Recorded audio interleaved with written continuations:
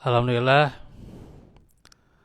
alladzi arsala rasulahu bil huda wa dinil haq liyudhhirahu 'ala dini kullih wa fa billahi syahida.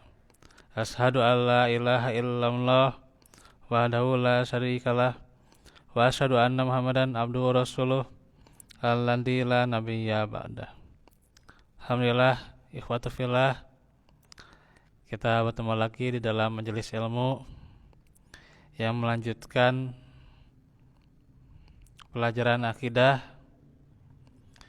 yang hari ini menjelaskan makna ilah, yakni makna ilah yang sebenarnya adalah al-ma'bud, sesuatu yang disembah. Oleh karena itu, ketika Nabi Sallallahu Alaihi Wasallam berkata, beliau kepada kaum Quraisy, katakanlah la ilaha illallah, maka mereka menjawab, aja'alal alihata ilaham wahida, inna hadza lasai'un ujab. Mengapa ia menjadikan ilah-ilah itu ilah yang satu saja? Sesungguhnya ini benar-benar sesuatu yang sangat mengherankan. Surah Shad ayat 5.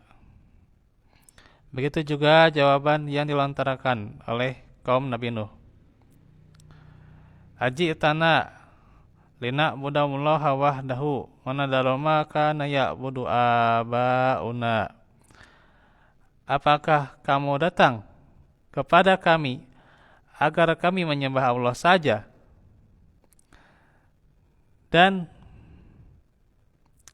meninggalkan apa yang biasa disembah oleh bapak-bapak kami? Surah Al-A'raf ayat 70. Jadi dakwah para nabi semuanya mengarah kepada kalimat la ilaha illallah. Jadi dakwah nabi itu sama kalimat tahlil gitu ya.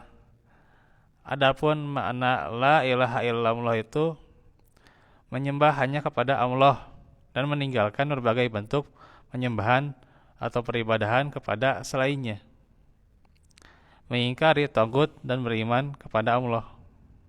Itulah makna la ilaha illallah. Adapun ketika orang itu misalnya mengucapkan la ilaha illallah akan tetapi tidak mengingkari tagut, tidak mengingkari sembahan selain Allah, ya, maka tentunya orang itu pada hakikatnya dia tidak benar-benar merealisasikan kalimat ini. Maka tentunya ikhwatu fillah,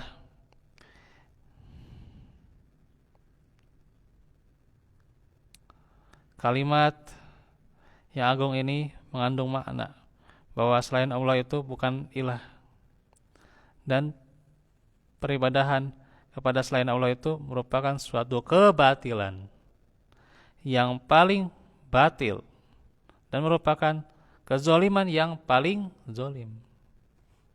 Karenanya disebut apa?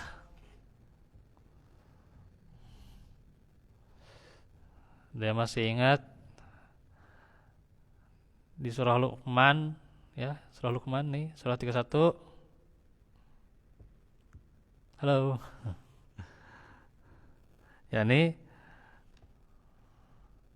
la zulmun azim, ya. Kezaliman yang paling besar. Selain itu, Allah tidak berhak untuk diduakan, ya.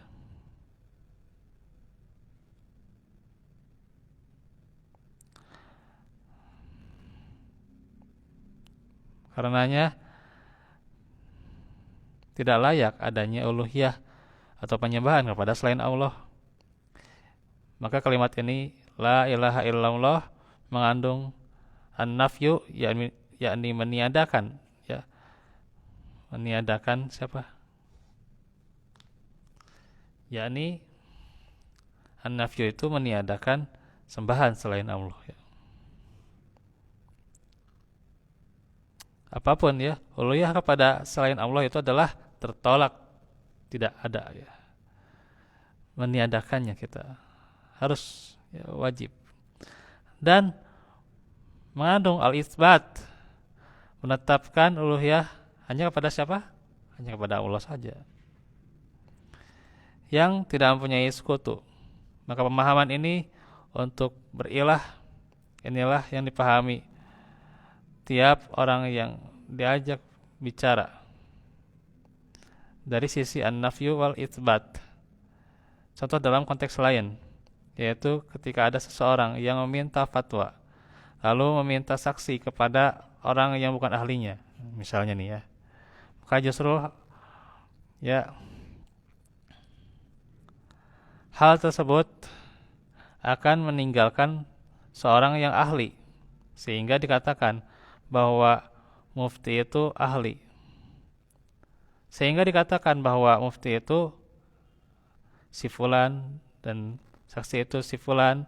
Jadi dalam hal itu sesungguhnya terdapat perintah dan terdapat pula larangan.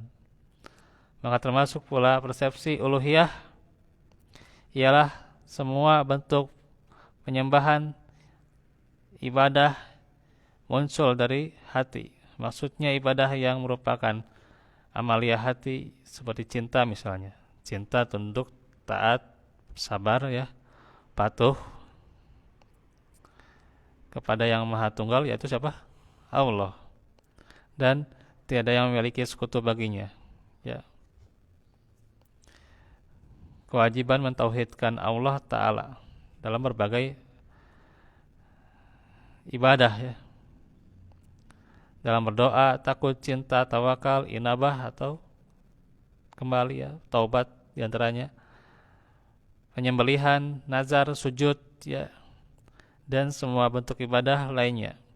Ibadah-ibadah tersebut semuanya hanya diperuntukkan bagi Allah saja. Barang siapa yang memperuntukannya kepada selain Allah, maka orang itu adalah musyrik ya. Meskipun dia mengucapkan la ilaha illallah, sebab dia tidak mengamalkan kandungan kalimat itu, yakni tauhid dan ikhlas ya. Barakallahu fikum.